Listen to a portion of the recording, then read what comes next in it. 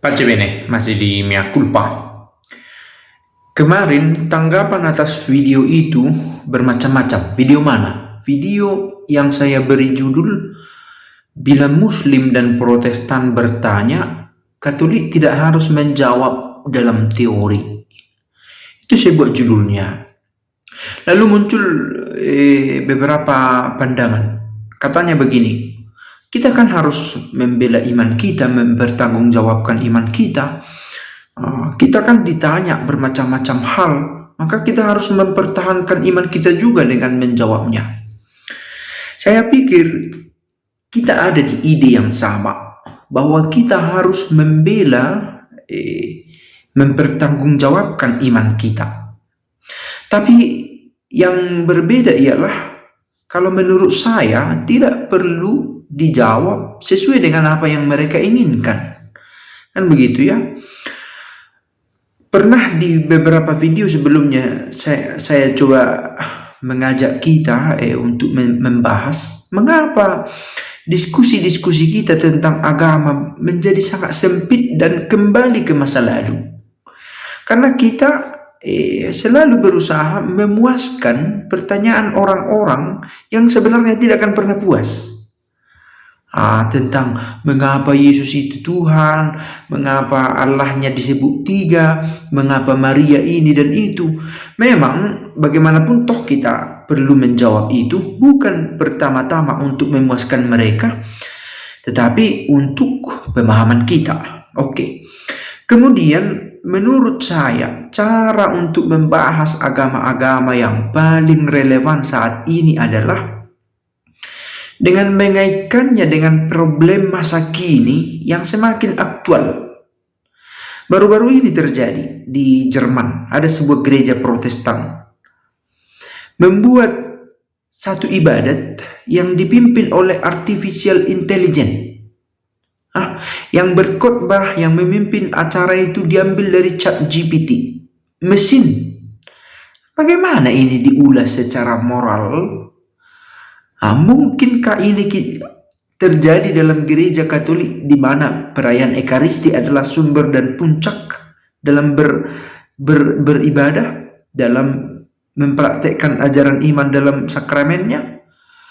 Nah, hal-hal semacam ini justru yang tampak akhirnya aktualitas dari iman kekatolikan kita. Bagaimana iman Katolik itu berhadapan dengan aborsi? Kan ini bisa menjadi pertanyaan menarik. Apakah langsung apapun ceritanya tidak bisa aborsi? Kalau ternyata peluang hidup lebih besar pada si ibu, contoh. Nah, banyak kasus-kasus yang justru di sini kita dituntut untuk belajar lebih banyak, tidak hanya urusan agama, tetapi toh harus kita dalami juga ilmu-ilmu sekuler. Menyangkut bioetika misalnya. Nah, akhirnya terkait topik ini, apakah kita harus mempertanggungjawabkan iman kita? Tentu. Dan dalam hal ini kita satu ide. Yang berbeda ialah bagaimana cara kita mempertanggungjawabkan iman. Masihkah kita harus ladeni pertanyaan-pertanyaan itu? Soal itu tadi, teologi fundamental yang gereja sudah merawatnya dalam ajaran dogmatik kita. Tapi bagaimana membawa ajaran iman ini aktual di masa kini? Itu yang perlu menurut saya. Dan itu juga kesibukan gereja masa kini untuk menanggapi zaman. Kan begitu ya. Serentak tetap setia kepada Allah yang ditunjukkan oleh Kristus, dan serentak dibutuhkan oleh dunia masa kini supaya tidak ada gap, begitu ya. Tidak ada gap sehingga agama tidak melulu soal teori. Ketika terlalu besar jurang pemisah antara hidup aktual dengan kehidupan beragama, ketika itu agama tinggal hanya teori. Lihatlah itu kan diskusi kita. Membela ajaran. Sekali lagi, perlukah itu? Sebagaimana resep nasi goreng itu tetap perlu.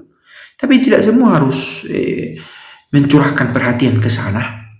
Tapi ketika menyangkut hidup aktual, karena menyangkut ke hidup kita sendiri, kita harus tahu tentang KB. Bagaimana Katolik memandang keluarga berencana? Ada ilmunya, ada dalam gereja Katolik. Ada dokumennya, ada. Dan ini jarang dibahas.